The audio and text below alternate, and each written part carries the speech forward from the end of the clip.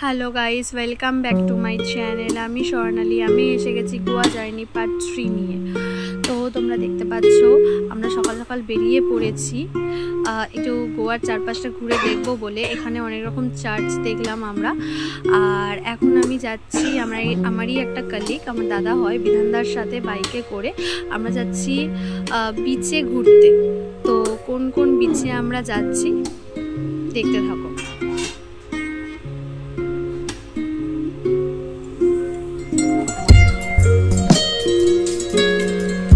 দেখো guys, ultimately আমরা বিচে চলে এসেছি।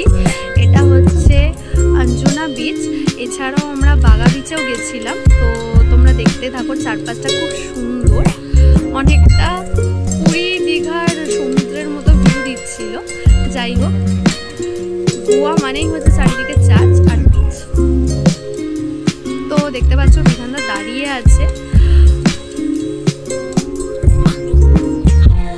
আর সবাই মিলে প্রচণ্ড এনজয় করছে। দেখো সমুদ্রের জলের স্রোতগুলো বারবার ঝাপটে ঝাপটে পড়ছে।